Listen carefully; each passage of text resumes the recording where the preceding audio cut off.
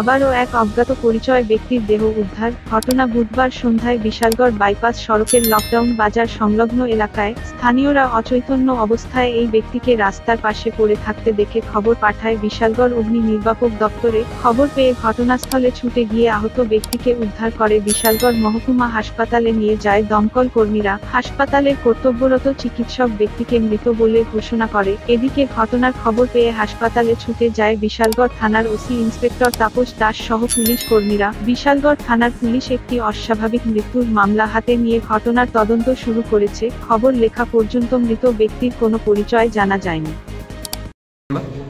Lockdown বাজারের পাশে একটা লোক অচেতন অবস্থায় আসলো, ফায়ার সার্ভিস তারা আনছে হসপিটালের মধ্যে, এবং হসপিটাল ডাক্তার তারা মৃত বলে ঘোষণা দিচ্ছে। লোকটার বয়স অনুমানিক 40-45 হইব। মাথার মধ্যে একটু ব্যথা হয়েছে। মাথার মধ্যে যে ধরনের চিহ্ন পাওয়া গেছে, অনেকে অন্য ধরনের বক্তব্য করতেছে, আপনারা কি মনে হচ্ছে? না, দেখা তো মনে হইতেছে যে এটা একটা অ্যাক্সিডেন্টাল কেস, হয়তো বা কোনো গাড়ি বা বাইক বাড়িতে গেছে। এখনো পর্যন্ত কি কোনো পরিচয় পাওয়া গেছে? না, এখন পর্যন্ত পরিচয় পাওয়া গেছে না। যদি আপনারা কি ওই ব্যক্তি সম্বন্ধে কোনো খবর টবর জানেন তাহলে বিশালগড় এই হসপিটালে এনে যোগাযোগ করেন। স্যার, এই স্পটে মারা গেছে নাকি হাসপাতালে আনার পর মারা গেছে? এটা আন্ডার ইনভেস্টিগেশন। ফায়ার সার্ভিস আনছে, ফায়ার সার্ভিস আনার পর এখানে ডাক্তারের মৃত বলে ঘোষণা হচ্ছে।